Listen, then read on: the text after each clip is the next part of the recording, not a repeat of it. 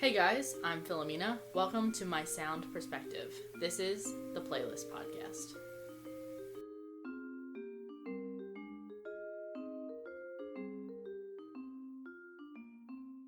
Today's episode is going to be on all things ham radio. I'm joined today by Tom Zajdel, who is my professor from my ham radio class, so very fitting. Tom, you want to say? Hey everybody, I'm Tom Zajdel. I'm a assistant teaching professor in electrical engineering here.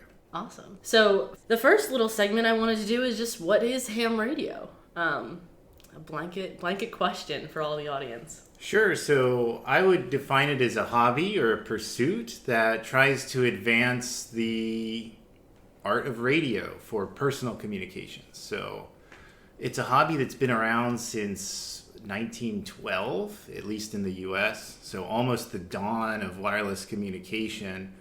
The Radio Act of 1912 was passed just after the Titanic disaster, and the government sort of said, hey, maybe we need people trained in how to communicate during disasters, and we need to set aside some part of the radio spectrum devoted for that sort of thing. Mm-hmm.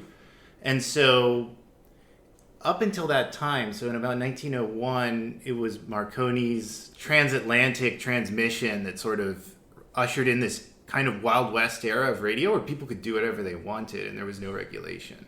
So this act said, okay, we need citizens to be able to use the airwaves. It's like a public resource, but there need to be rules or else it's a disaster. Mm-hmm. And so that's kind of when amateur radio started, when you can actually get licensed and get a call sign.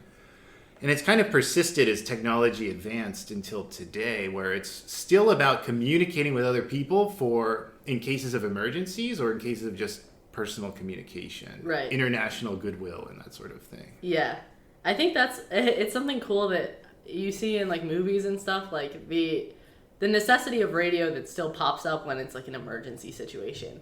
And then I feel like a lot of people think to themselves like, oh, if I was in that situation, like, it's nice to know this kind of stuff if you run into that, because it's really the reliable source that you still have today. Absolutely, yeah, because cell phones are great and all, but they rely on this absurd infrastructure, actually.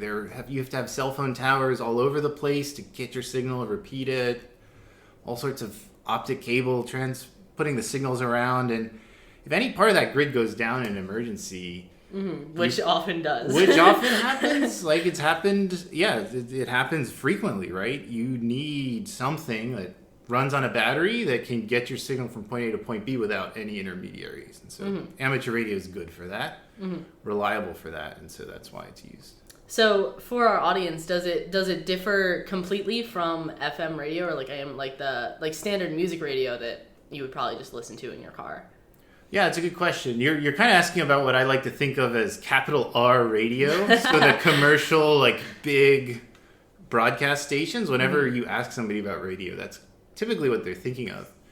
And amateur radio operates on the same principle. So you have a radio wave and you need to impart information to it somehow. So that could be through AM, amplitude modulation, where you change the amplitude of the wave. Or FM, or frequency modulation, where you change its frequency to encode your signal. Those techniques are still used in amateur radio, particularly FM, for local emergency communications, but just at different frequencies. Mm-hmm. So, the station here on campus, I feel it's 88.3 megahertz or something. That's an FM broadcast station. Amateur radio might be operating at 140 megahertz, so beyond the top of the dial on your car. But it's the same idea. You're using radio waves to communicate. Right, radio is radio. Radio is still radio.